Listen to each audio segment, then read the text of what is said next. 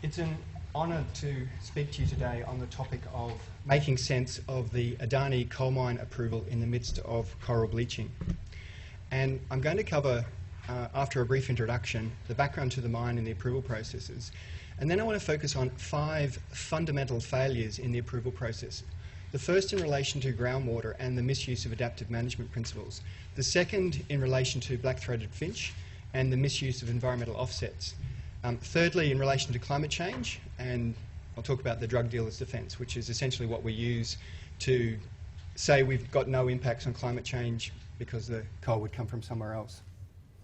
Then economics, and this is tied up with the climate change drug dealer's defence because the economic argument is that the coal is driven by demand and there's no impact from the mine on supply, no impact on price. So we're throwing out basic principles of supply and demand. And then finally, in terms of fundamental problems, a common theme that we see across this is the proponent getting away with wrong and exaggerated claims. I want to touch towards the end on who is responsible, and I actually say Adani isn't primarily responsible for the approval of this mine. Adani is profit-driven. It jumps as high as government requires it. It's government that is to blame for these approvals. And I've got some conclusions at the end.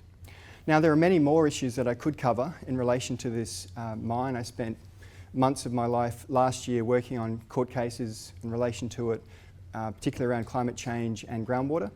I'm not going to try and cover the field. I'm going to focus on these 5 fundamental problems because they're relatively easy to unpack and you don't need to know a lot about the information to understand that there is a big problem in the approval in relation to them.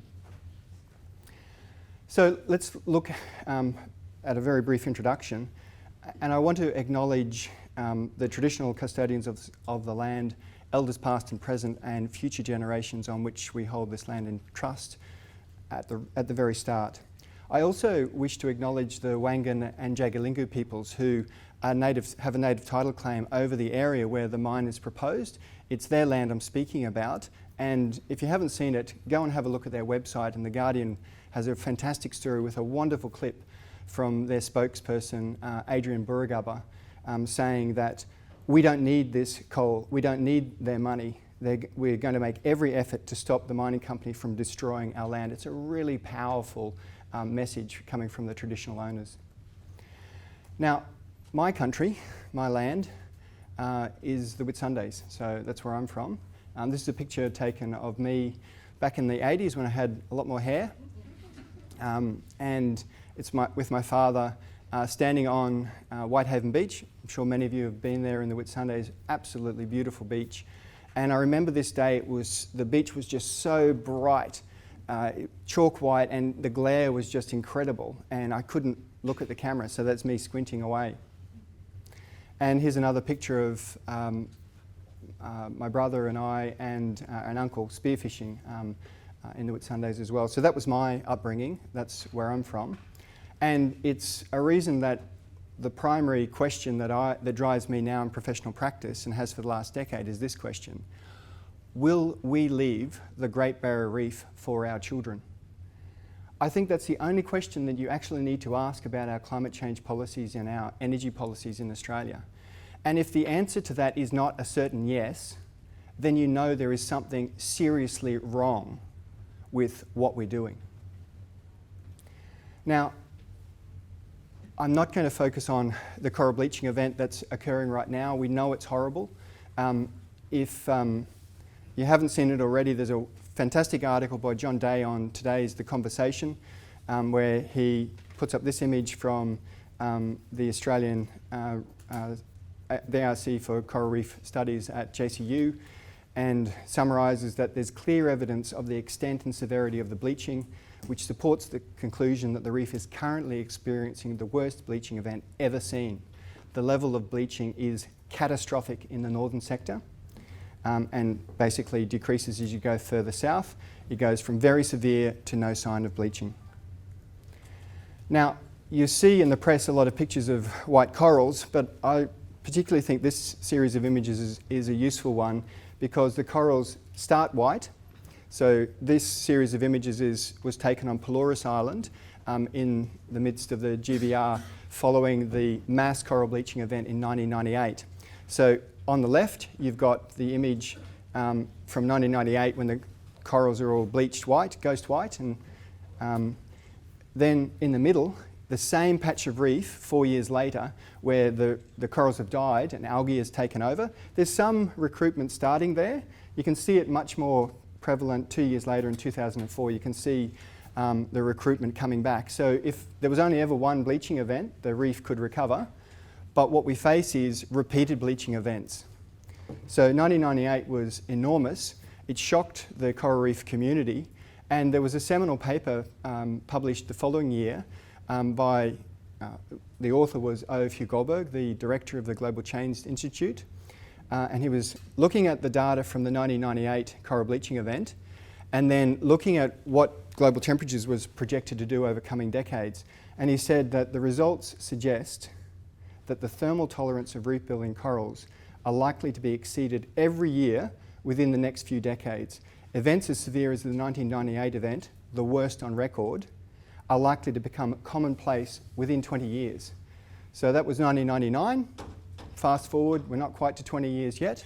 We had a mass coral bleaching event on the GBR in 2002. There was also a significant one in 2006, but this one in 2015, 2016, just enormous.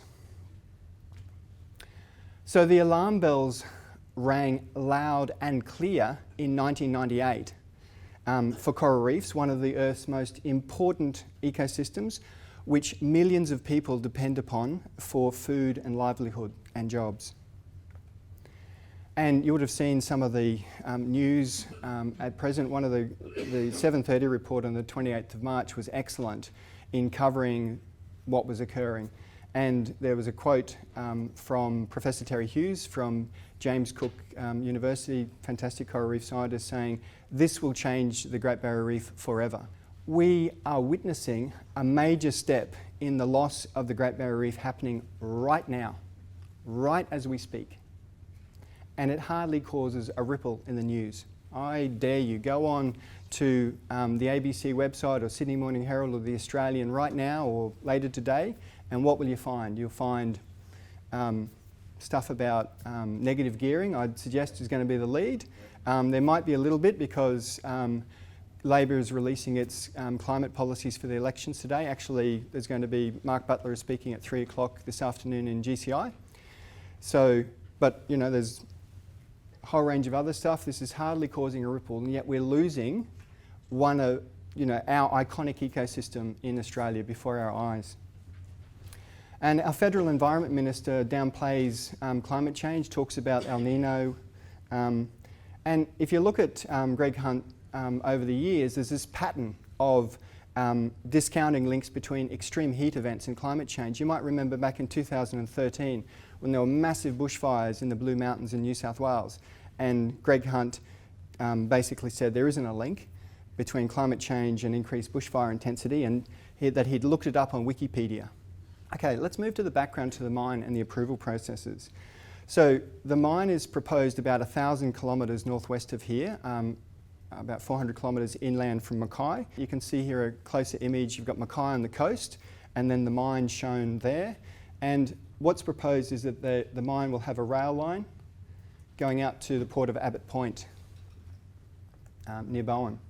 So if we focus in on the mining lease, which is shown in purple here, this image shows the mining lease superimposed on the big pastoral leases that are in the area. So Moray Downs is the pastoral lease that most of the mine is on, and then there's Dugmabulla to the west and Carmichael as well to the west.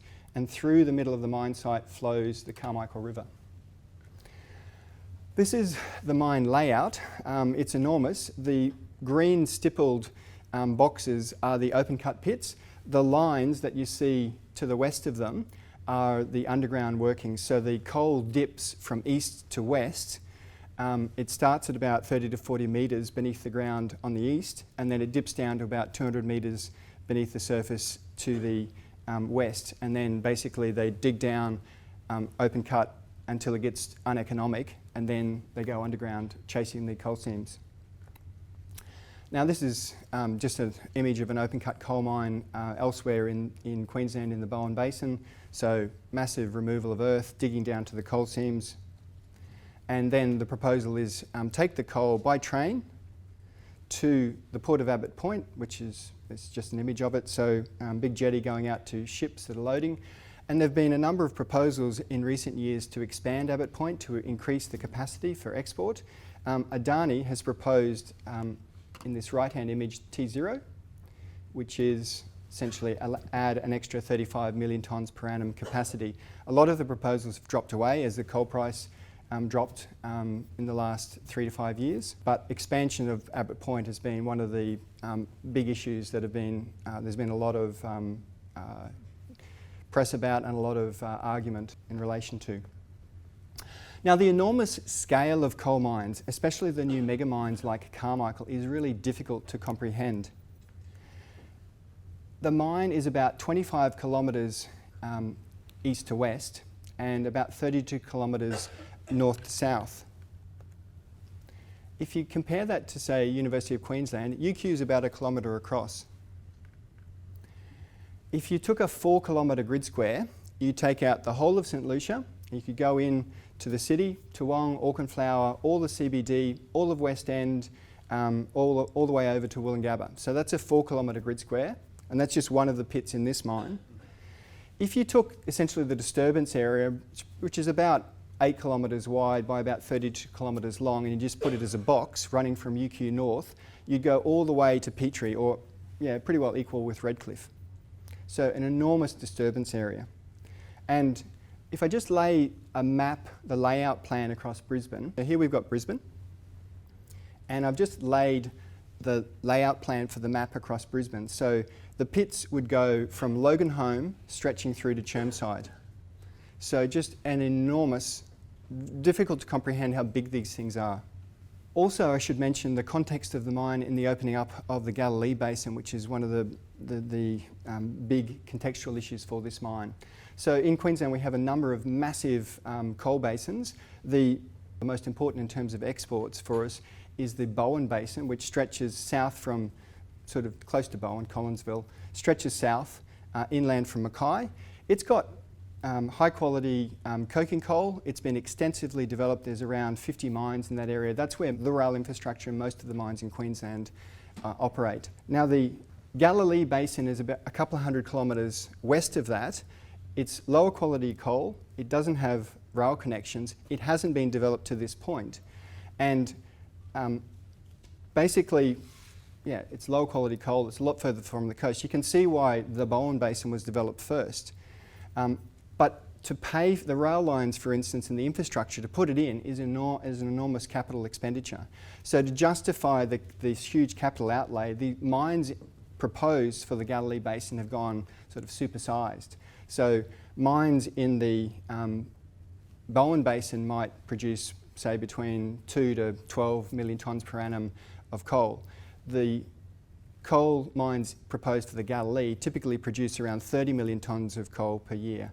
The Charmichael is proposed to produce between 30 to 60 million tonnes of coal a year. That's in the context of Queensland's annual production from its 50 coal mines of about 200 million tonnes a year. So this is a massive mine in the context of a state that makes a massive amount of coal, or produces a massive amount of coal.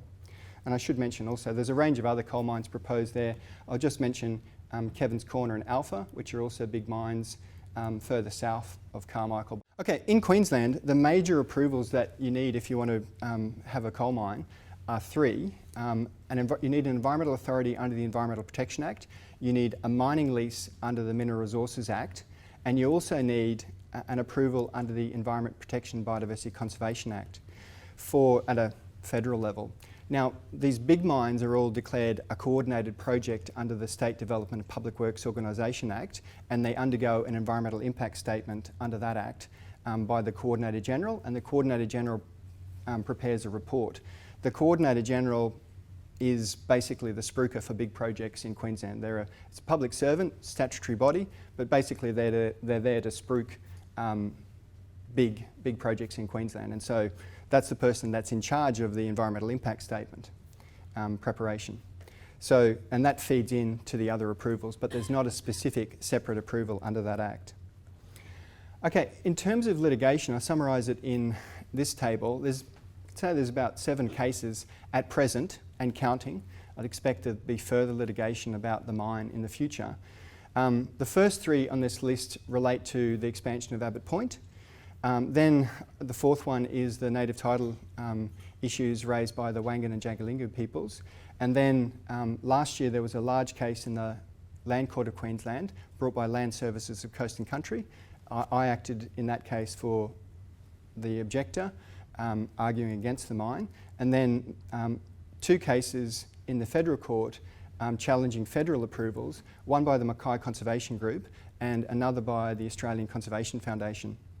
And the ACF case actually goes to trial next week in Brisbane, and I'm one of the lawyers in that.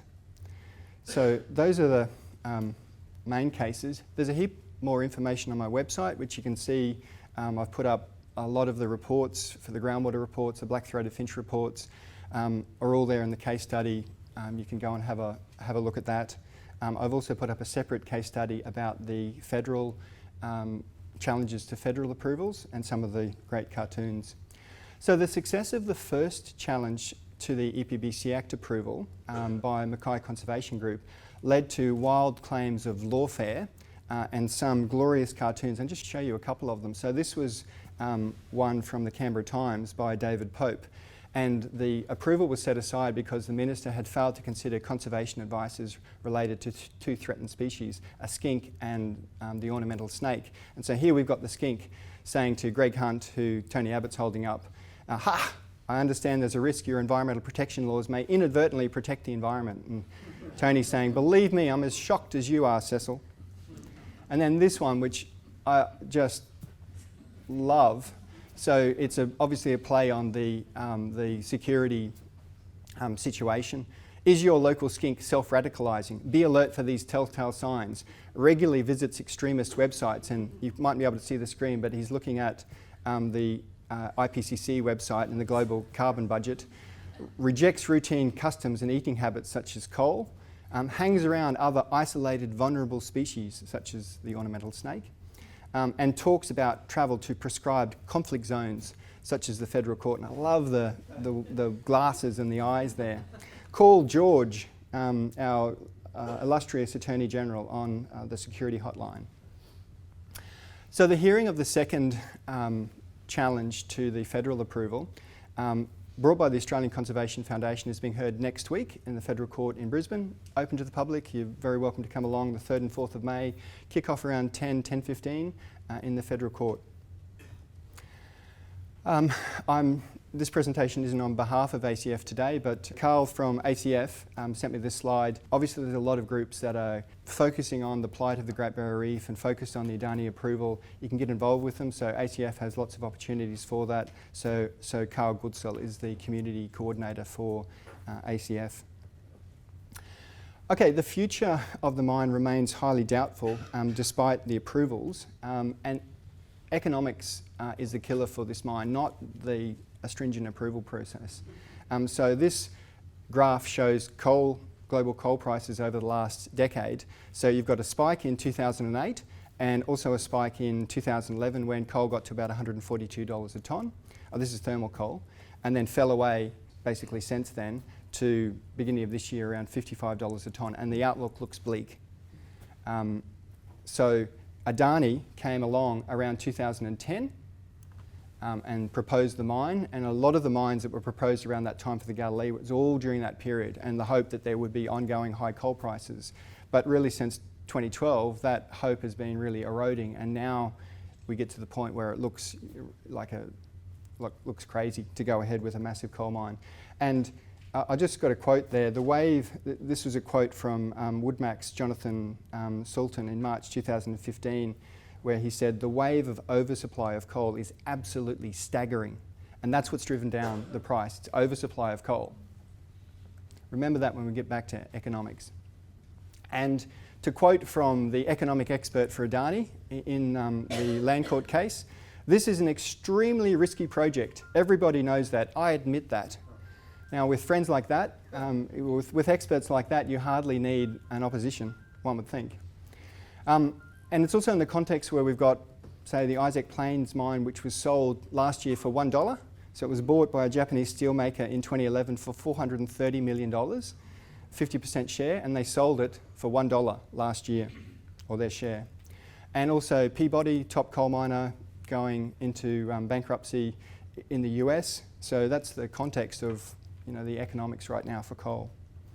So the question really is, why would you spend 16 to 22? You see different figures about the capital expenditure associated with the mine, but you really ask, why would you spend 16 to 22 billion on a new mine when you can buy an existing one for $1? And now, obviously, Isaac Plains is a smaller mine. You could say, well, but that's arguing the small scale stuff. I want to turn to look at fundamental failures in the approval processes in that context, and I want to focus first on groundwater and the misuse of adaptive management principles. So the Charmichael mine lease is shown here in mustard, and the pink shows a couple of other mining proposals. One, the Alpha North coal project, and to the north, the China Stone coal project, two other mines proposed for the Galilee. And off to the west, about 15, 20 kilometres, is a springs complex called the Dungwambulla Springs. It's adjacent to the Carmichael River, but it's not fed by the river. It actually feeds the river at that point, and the Carmichael River has constant flow coming out of the springs. So they're groundwater springs. And if I focus in on them, there's a number of groups of them. There's the Moses group, you see there in that large circle, where there's a lot of springs and some large ones I'll show you some pictures of. There's Little Moses off to the east, and Joshua Spring.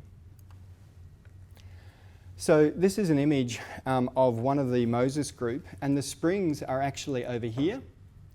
So water's been coming out at that point for over 10,000 years. The lake is fed both by surface water and groundwater. And I'll just show you a little bit of footage.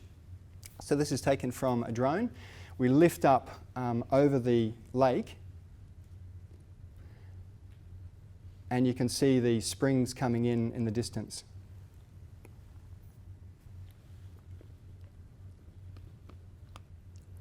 So water's been coming out there for tens of thousands of years. And even though you can see trees there's a beautiful big clump of melaleucas, it's not actually the trees that are the really interesting thing from an ecological perspective. It's a lot of the small grasses that are endemic basically to groundwater springs.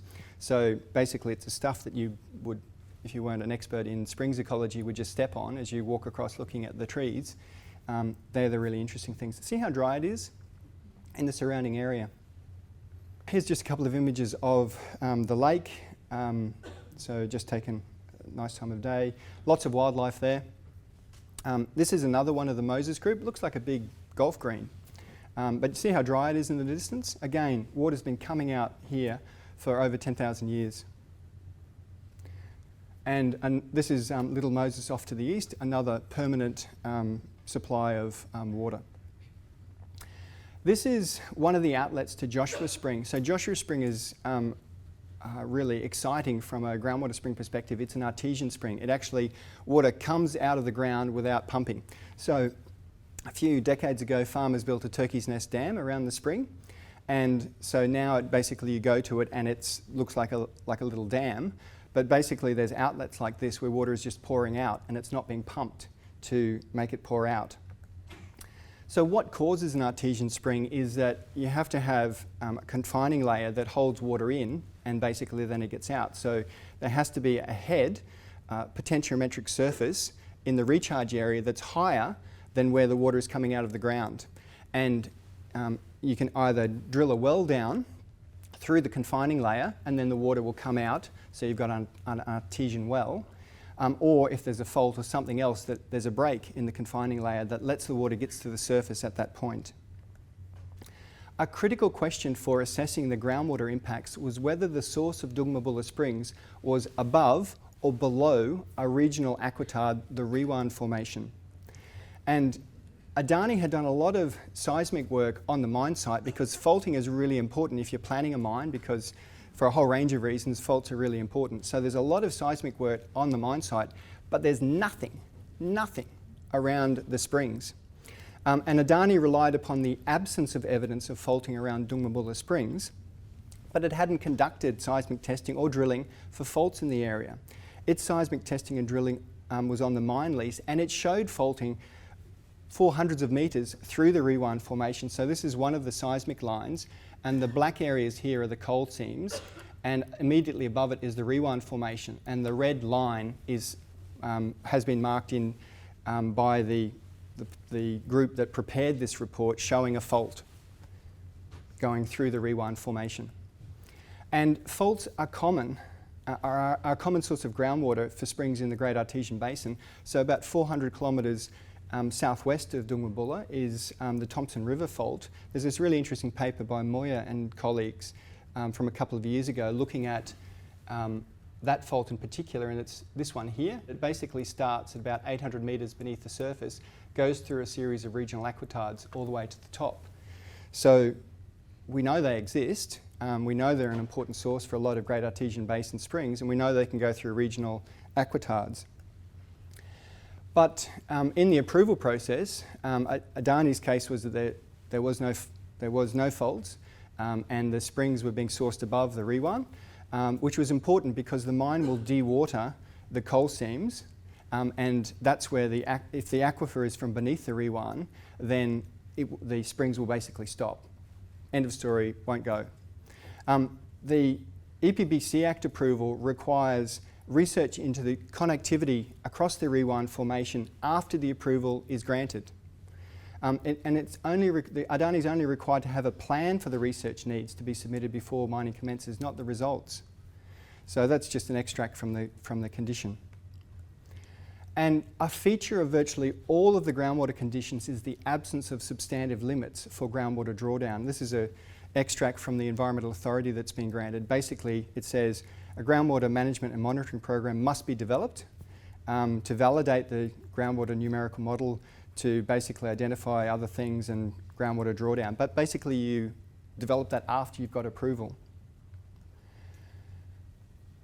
Now, if we look at this in the context of adaptive management it's been around since the 70s. It's widely used in Canada, the US, Australia and elsewhere. Flavour of really the last decade for environmental management. And fundamentally it improves, it involves implementing management actions, monitoring and evaluating outcomes, and systematically adapting those actions according to what is learnt. This is just a quote from an excellent article in the Environmental and Planning Law Journal by Jessica Lee from a couple of years ago, where she said, adaptive management should not be used as a tool to defer tough planning and management decisions and upfront environmental impact assessment to opaque post-approval processes. Good adaptive management requires thorough front-end EIA and transparency in both its upfront design and its implementation. And without substantive limits to guide and constrain it, adaptive management can become nothing more than a mere process that fails to deliver substantive environmental outcomes. And that's really the feature of the approvals for this mine, is lack of substantive limits around groundwater. And it's a pattern for really recent mine approvals in Queensland but elsewhere, particularly under the Commonwealth system. This is an article written by, or an extract from an article written by Jessica Lee and a colleague, Alex Gardner, a water expert in Western Australia. And they were writing again in the EPLJ, and they were looking at the Kevin's Corner approval, and they said really words that could be exactly applied to the Charmichael approval. The key point is that both Commonwealth and state regulators missed the opportunity to take the pre-approval baseline and predictive analysis conducted by the proponent and use it to set substantive limits in the project approval as part of the upfront EIA process. For example, the pre-approval groundwater modelling results showed, and the Coordinator General accepted, that there will not be any impacts on registered springs as a result of the mine dewatering. However, neither the Coordinator General's recommendations for the draft Environmental Authority or the EPBC Act approval contains conditions requiring this to be the case. You could apply exactly the same criticism to the Charmichael approval. And you have to ask why. There's all this groundwater modelling that's been done. It's been accepted as being correct by regulators, and yet the conditions require substantive limits to be set in the future. Why not just take the groundwater model, say you've said there'll be no drawdown or it'll be this amount. If you you have to monitor, and if you exceed that, it's a threshold where you either have to stop mining or you have to take some corrective action. But that's left completely out of the approvals. It's left to a future opaque post-approval process. And that's a major criticism of the use of adaptive management by the regulators. Again, I'm not criticising Adani for this. It's the Commonwealth and the Queensland regulators that should get a kick up the backside. Okay, the second fundamental criticism relates to black-throated finch and the misuse of environmental offsets. This is the black-throated finch, lovely little species of bird. This is an example of the southern subspecies of the bird. You can tell that because it's got a little black tuft on its backside. Here's a black-throated finch resting on someone's hand. So if you just hold up your hand and imagine a little finch on your fingers. So it's not very big. And again, you can see the finger down there. They're not this giant bird, as this image might suggest. You can see the little finger. So that's a black-throated finch. And this is an image, a photograph, showing 124 black-throated finches. These birds were part of a flock of at least 400 BTF that were observed on the mine site by a PhD researcher, Stanley Tang, in 2013. And the observation is now recognised as the largest BTF flock ever recorded. And it was, the observation was at 10 Mile Bore. So 10 Mile Bore, this is you can see the mining lease, and 10 Mile Bore is just here. This is from an image from the EIS and the Coordinator General's report, and the circles get larger, the larger population. So you can see the mining lease area and the large populations around 10 Mile Bore in the northern part of the mine. And then you can see scattered populations a little bit here off to the north, nothing over here to the west, nothing over here to the west, nothing to the northeast observed.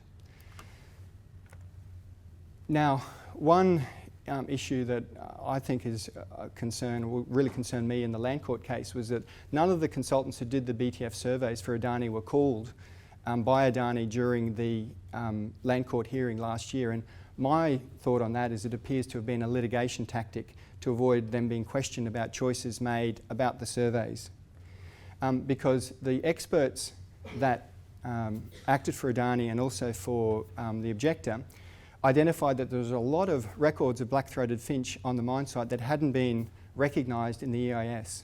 And so this table is from the joint expert report. It summarises in the middle column records that were recognised in the EIS, and then in the right-hand column records that weren't in the EIS. And notice, particularly for large flocks, the EIS documents had none, and yet if you actually looked, there was multiple records of large flocks on the mine site. Planning offsets, because the basic idea is the mine site's going to be obliterated, so the habitat where the black-throated finch are primarily now will be obliterated.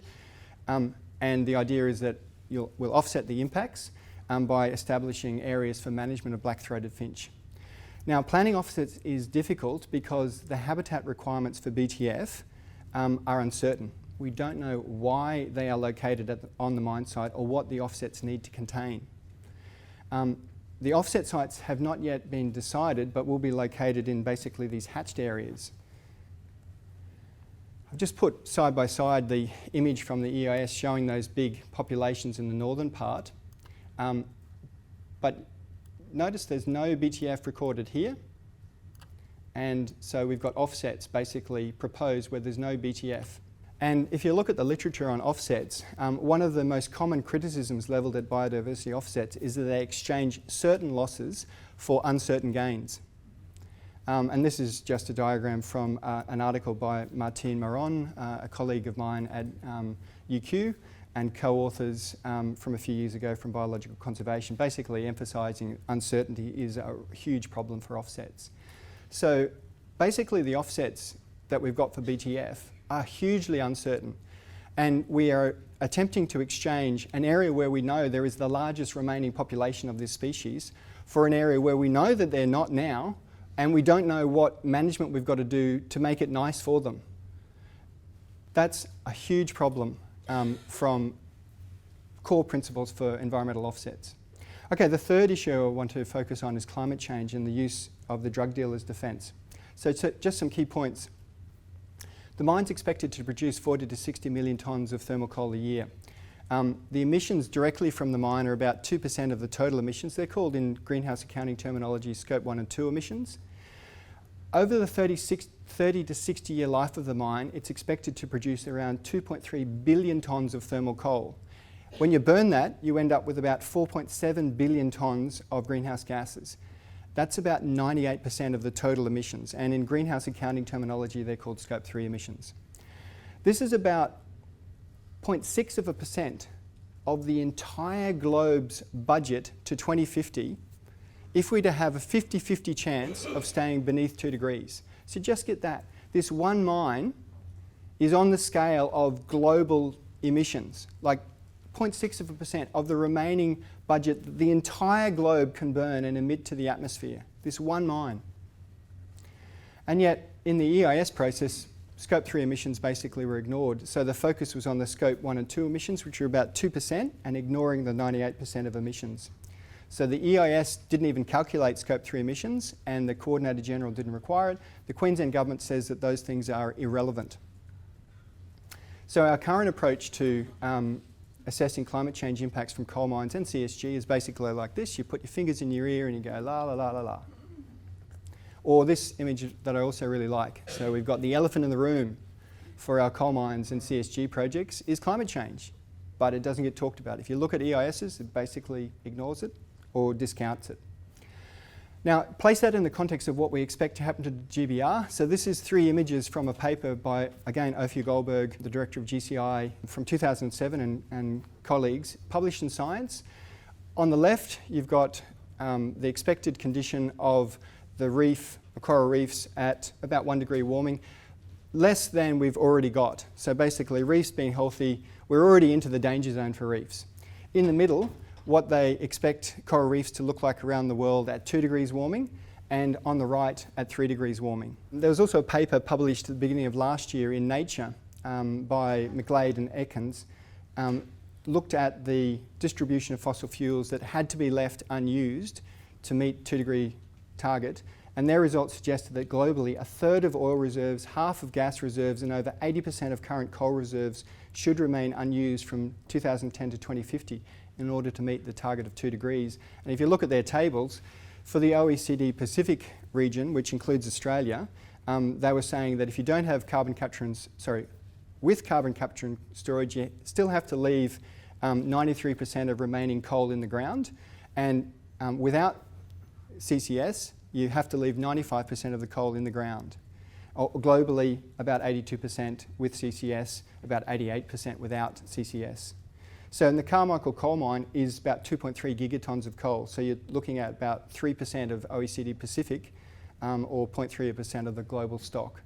So basically we have to leave the vast bulk of coal in the ground, and yet the idea of leaving 95% of Australia's coal in the ground is completely alien to Australian politics. You walk into any minister, I'll rephrase it, any minister in any government in Australia, Queensland or federal, let's focus on, or New South Wales, and you said to them, we have to leave 95% of the coal in the ground in Australia, and they would be calling security because there is a mad person in the room. So that's the context where I fully agree with Charlie Vernon, who was quoted, great coral reef scientist, saying the decision on the coal mine defies reason. It defies reason if your intention is to protect the Great Barrier Reef. And a former Canadian Environment Minister compared the position on greenhouse gases of Canada, pledging to reduce emissions on one hand while increasing tar sands production on the other, to attempting to ride 2 horses galloping in opposite directions. It's a great analogy, and it also brings in Charlie Vernon's point about it defies reason. You know, you're trying to ride these 2 horses, they're going in opposite directions. Now, in recommending approval for the mine, the Queensland Land Court avoided the issue of climate change impacts from the mine by accepting, I'll call it the drug dealer's defence. It's basically here at paragraph 449 of the decision. Basically, the court goes on, therefore, it follows, therefore, that there will be no increase in greenhouse gas emissions if the Charmichael mine is approved. This is because alternative supply will be sourced elsewhere to meet global demand if the mine is not approved. So basically, if we don't do it, someone else will. Now, the court's reasoning, if lawful, basically shreds ESD, just leaves it in tatters. It will also shred criminal liability for drug dealing and contract killing, because if you're a drug dealer, you could say, well, they get it from someone else. Why should I be liable? Now, I'm not going to counsel you on criminal law, but if you're ever arrested for drug dealing, I suggest you don't try that defence, okay? It's not going to go very well with the police, and it's not going to go very well with the court. But it works if you're a coal miner. So this reasoning's been challenged for another mine, which is going to appeal before the Queensland Court of Appeal on the 7th of June. And I'm in that case too. Now, similar treatment of greenhouse gas emissions for the Commonwealth approval occurred, but it's more opaque. Basically, it's not as, if we don't do it, someone else will. It's others might do it, or others will do it, and therefore I can't work out what the impacts of this mine will be because there's all these other sources. So this is from Greg Hunt's reasoning. It's therefore not possible to draw robust conclusions on the likely contribution of the project to a specific increase in global temperature. So basically it's muddying the waters. I touch briefly on economics, another fundamental failure. And in this context, the failure is throwing out basic principles of supply and demand. And again, the same extracts of the Land Court's reasoning, where the court quoted from Mr. Stanford, the economic expert called by Adani, who said, Mr. Stanford's evidence in this case was that the supply of coal is governed by global demand, which will not change as a result of the commissioning of the Carmichael mine. He said, other things being equal, if the coal was not supplied by the Carmichael mine, it would come from elsewhere. Now, the court accepted that reasoning, and it's really incredulous because fundamental economics says that that's not actually how it works. If you have a massive increase in supply, you would expect a change in the price and therefore potentially increased demand, but you don't just massively increase supply and nothing happens.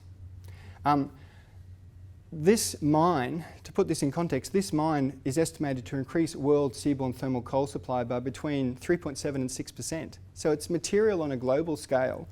And we know over the last decade that global coal prices have been largely driven by supply.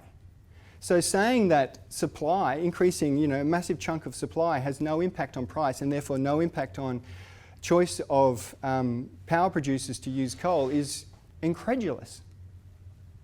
And yet, that's what's accepted. So basic economics says that can't be right.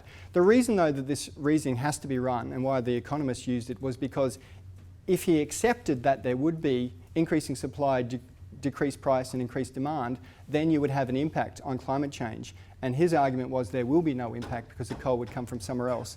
So basically, he's basically trying to get around basic economics or fundamental economics to not to be consistent with his argument about climate change impacts.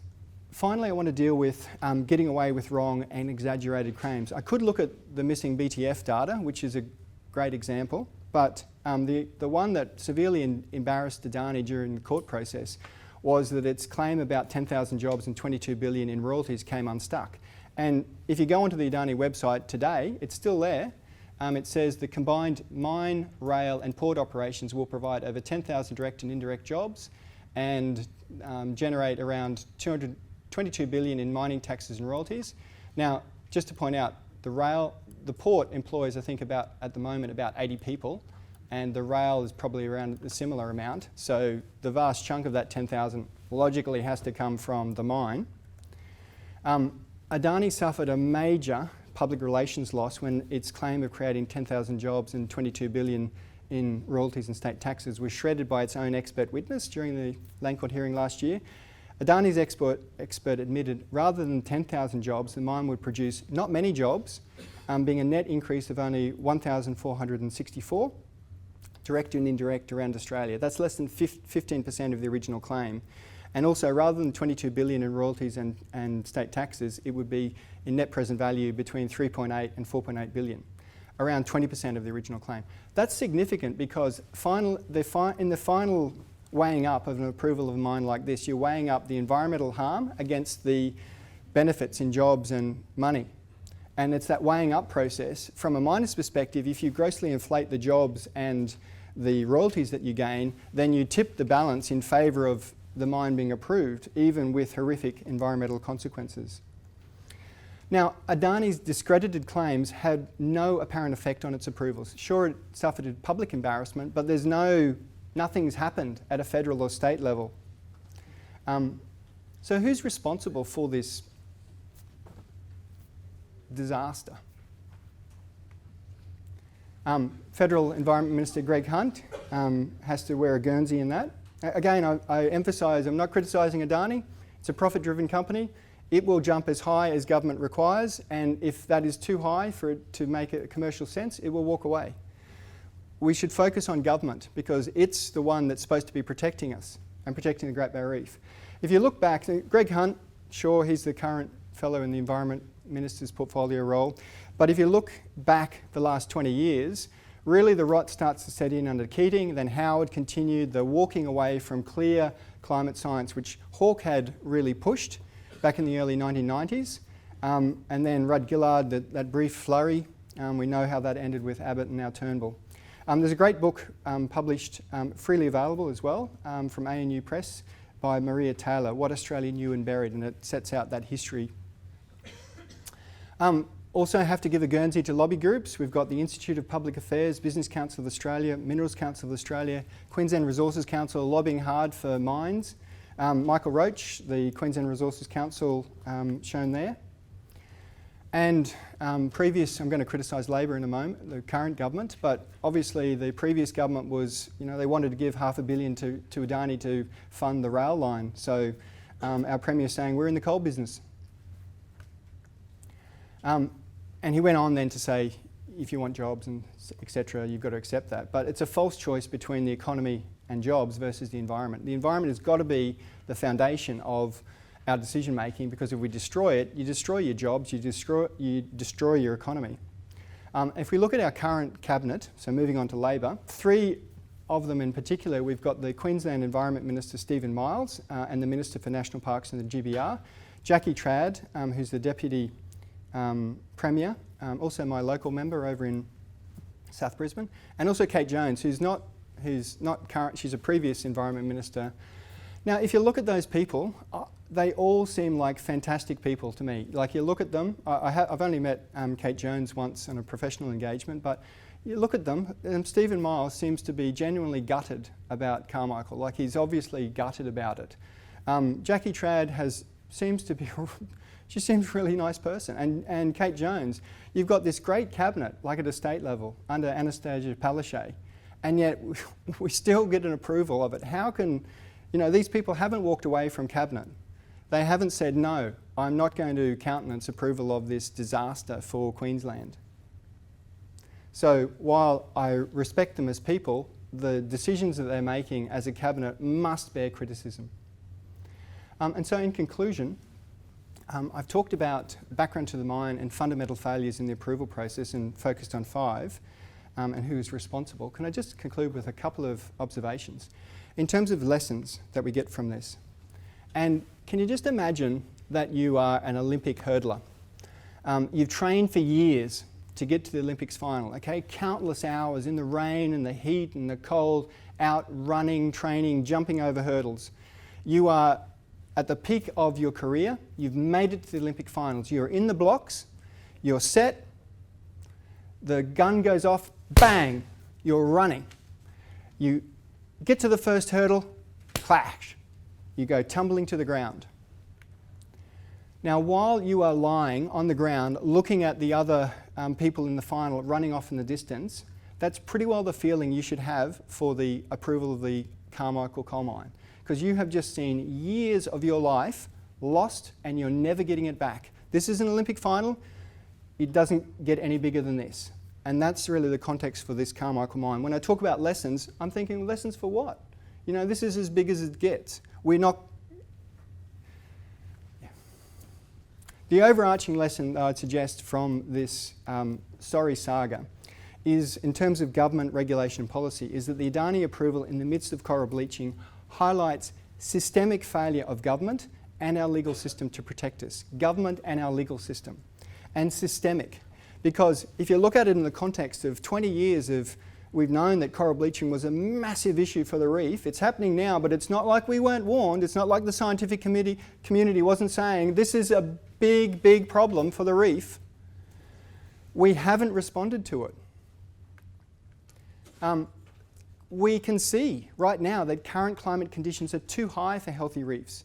And if we continue on the current path, we're certain to lose the GBR. It's too high right now, but we're looking to go on to 2 degrees or maybe 1.5 degrees. That we won't have a reef. Like, you know, it will look something like the image in the middle. If we go higher than that, coral reef's completely gone. So the grant of the final major approval for the Adani Coal Mine, just a couple of weeks ago, the mining lease was granted. The grant of this final major approval for the mine in the midst of coral bleaching indicates not only have we not learnt what we must do to protect the reef, we are actively moving in the wrong direction to protect it. And again, I agree with Charlie Vernon's point. The decision to approve this mine defies reason. It defies reason if you want to protect the Great Barrier Reef. A secondary lesson from this is that we pay lip service to sustainability, and we're showing a remarkable ability not to learn from past mistakes and best practice.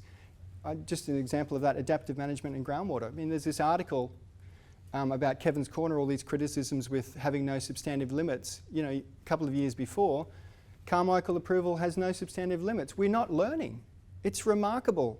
You know, this is the top of our, as big a project as you get, and we're not picking up fundamental principles for things like adaptive management. Now, there's no easy solutions to systemic failure. I don't suggest there is, but can I say this? I say to you, get angry and take political action in the coming federal election and beyond. Because if you're not angry about this, nothing's going to change. It's unspeakable that there is nothing, you know, why aren't there marches in the streets about the death of the Great Barrier Reef in front of our eyes? It's just sort of passing by, like, you know, a small aside, footnote on the evening news at most.